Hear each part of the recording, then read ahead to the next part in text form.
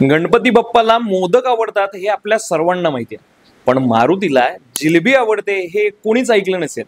पण तरी देखील पुण्यातल्या मंडईमध्ये जिलब्या मारुती नावाचं एक मंदिर आहे. या मंदिराला हे नाव कसं पडलं हे तुम्हाला माहिती आहे का?